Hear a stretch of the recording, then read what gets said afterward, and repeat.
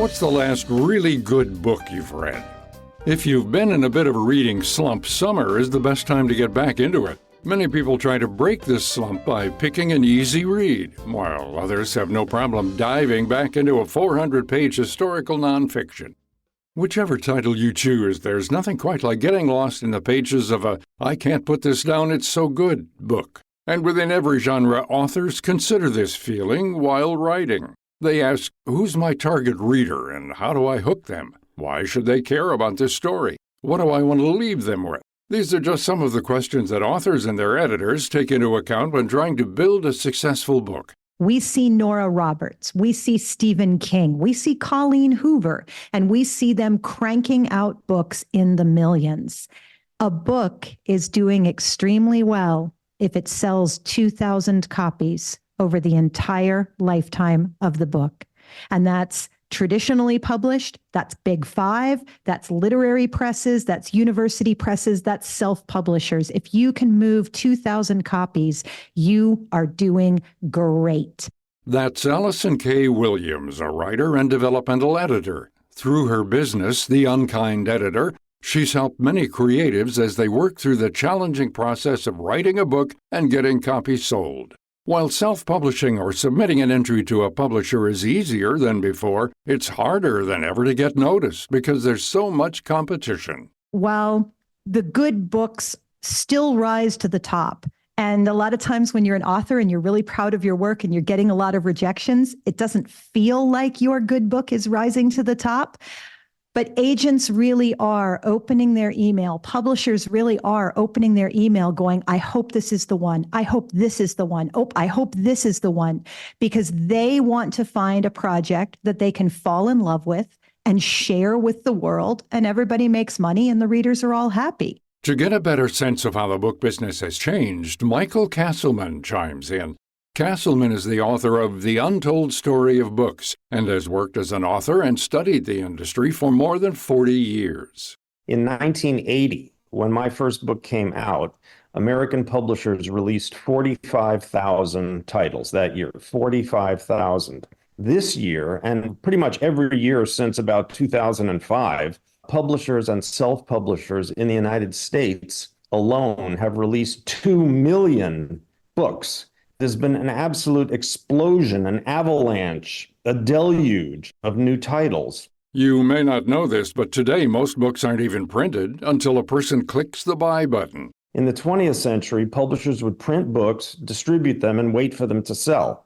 In the 21st century, all books have become digital files that sit on servers, and if somebody orders one, the publisher or Ingram, the big distributor, prints it, ships it to the bookstore, and that's how books get distributed. So their publishers are not sitting with huge warehouses full of books anymore.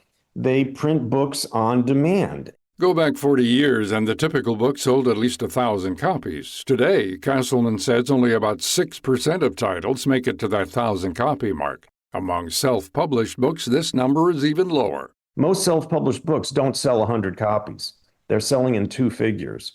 80% of books today sell fewer than 100 copies, which means that there are an enormous number of very deeply frustrated authors who can't figure out why their books aren't selling. Well, the absolute glut, the sheer number of books means that the pie gets cut thinner than a dust jacket.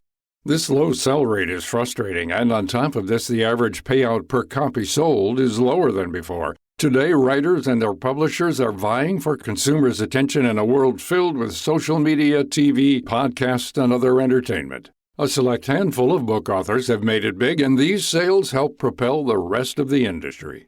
They need these big deal books so that they can take a chance on smaller books, on first-time authors, on people who have a more niche subject matter or who are doing something new in their genre. And so while it's tempting to look around and go, oh man, how come Stephen King gets the great big advance and they offered me $500 to publish my book? We forget that it is all a connected ecosystem. And I think that's one of the reasons why it's really important for writers to think about their audience and think about their mission. Williams believes it's still possible to be successful in this field, but it takes time, effort, and a lot of luck. Making millions shouldn't be how success is measured. As a writer, as an author, it's really important that you're clear on who you're writing for and why, so that you can measure your success against that benchmark and not against Stephen King, Nora Roberts, Colleen Hoover, because the vast majority of us are just never going to be stars like that. And that's not a bad thing. It's just the way it is. Being a writer has never been an easy, straight-shot career path. Most aspiring writers work a full-time job or some side hustles to make a living. It's only after their shift or on the weekends that there's time to write. Even Stephen King, back in the mid-'70s, struggled for someone to pick up his first book, Carrie. He got so discouraged after rejections, he threw it in the trash can, and his wife, Tabitha, rescued it, and he sent it to one more agent who picked it up. But Stephen King was able to pay some of his bills by writing short stories for horror magazines.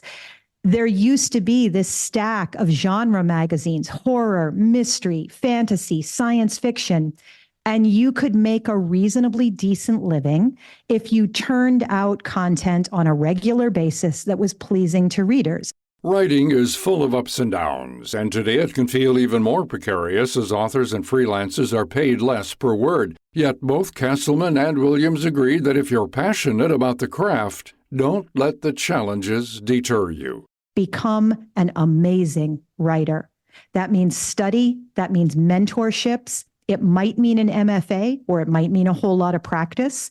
It means submitting your work to literary magazines. It means getting feedback from everyone you can who you trust to give you feedback. And it means making your writing the very best it can possibly be. As the number of books grows higher and higher and higher, more and more, 2 million a year, writers are still writing, and that includes me. I get up every morning and I'm writing my next thing. And I love it. So my advice to aspiring writers is, if you love it, do it, and, let the chips fall to where they may. To learn more about this topic and our guests, Allison K. Williams and Michael Castleman, head to viewpointsradio.org. Castleman's book, The Untold Story of Books, is now available online. You can learn more about Williams by heading to her site at AllisonKWilliams.com. That's Allison with 2 L's. Our executive producer is Amira Zaveri. Our studio manager is Jason Dickey. I'm Gary Price.